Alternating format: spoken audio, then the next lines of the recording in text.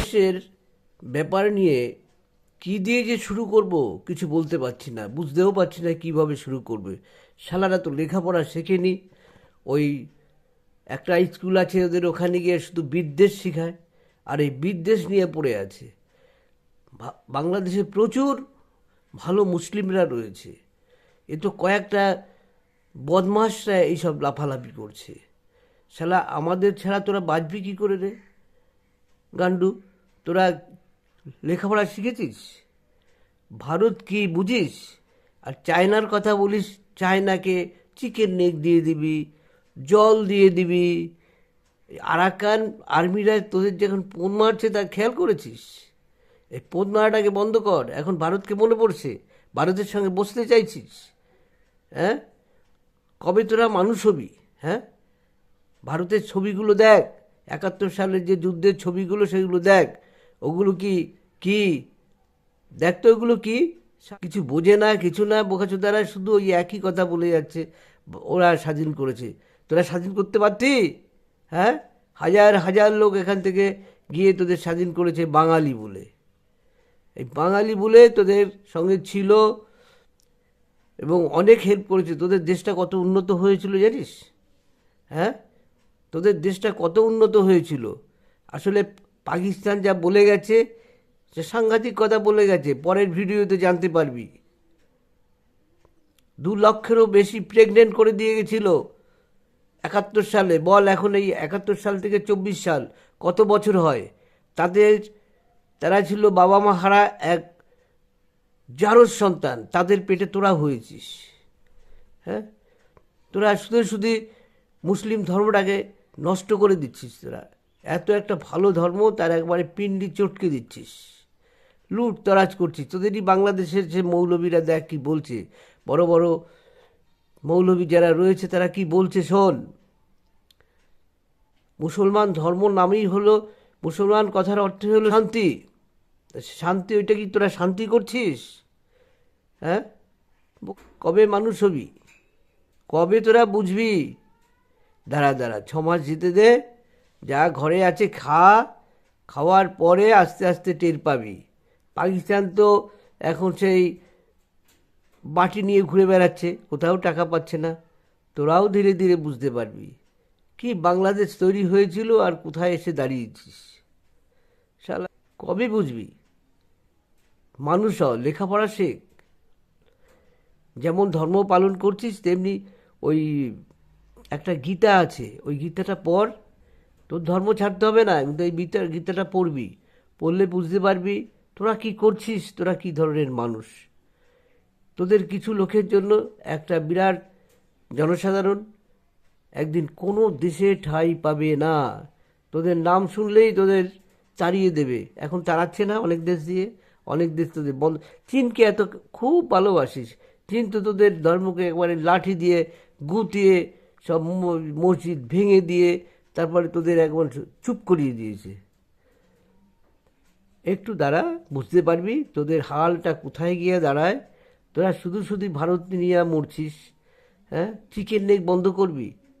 হ্যাঁ, মুর্শিদাবাদ নিবি, সেটা পেচ্ছাপ করে দিলে তোরা ডুবে মরে যাবি, ডুবে মরে যাবি। আর সেখানে তোরা বড় বড় বুগলিয়া ওড়াচ্ছিস। তোরা স্বাধীন করেছিস? বালুচিস্তান বলে একটা জায়গা আছে জানিস পাকিস্তানে? সেটাতে আজকে 30 বছর ধরে 40 বছর ধরে আন্দোলন করছে যে আমরা স্বাধীন চাই, স্বাধীনতা চাই। আমরা আমাদের বালুচিস্তান একটি দেশ, সেটা আমরা আমাদের মতো চালাতে চাই। পারছে রে? হ্যাঁ, হারামজাদার দল পারছে? আবার ভারতের হাতায় পায়ে ধরছে। এই সাপকে দুধ আর দেওয়া উচিত না, এগুলোকে মেরে না খাইয়ে শেষ করা দরকার, বুঝলি? পাকিস্তান বাটি নিয়ে বেরোচ্ছে, আবার তাদের কাছে অস্ত্র আনছিস, ভারতকে মারবি। গান্ডু কোথাকারের কয়টা অস্ত্র আছে তোদের?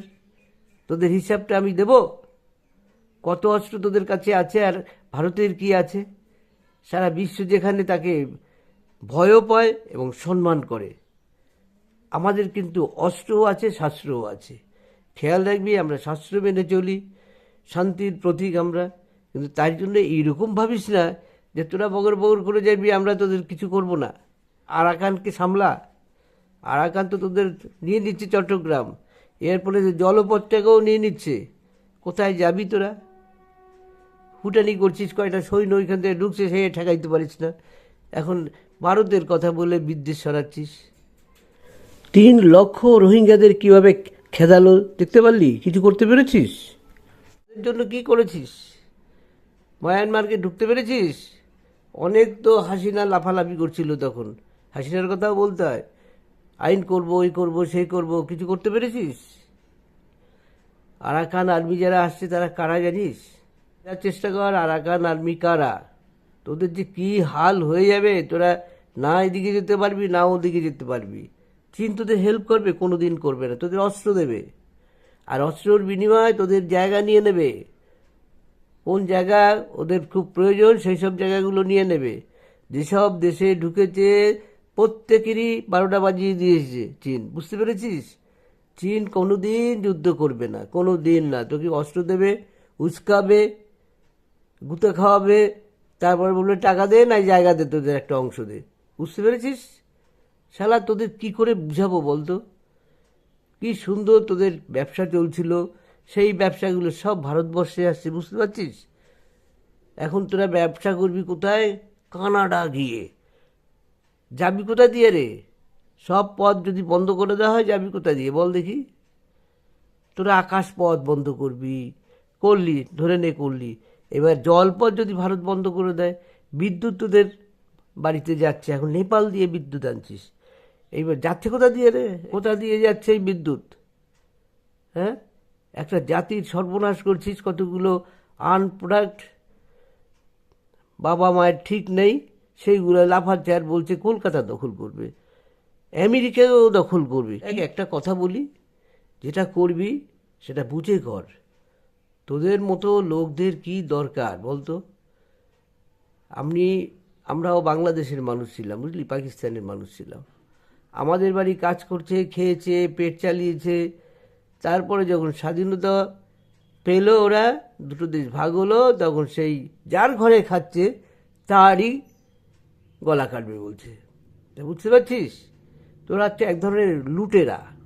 আর তার মধ্যে কিছু ভালো লোক আছে, সেই ভালো লোকগুলো কোনো কথা বলতে পারছে না, চুপচাপ আছে। তাই তো তোদের যে মার খেতে হবে এই বাংলাদেশের লোকের হাতেই, তা কিছুদিন পরে টের পাবি।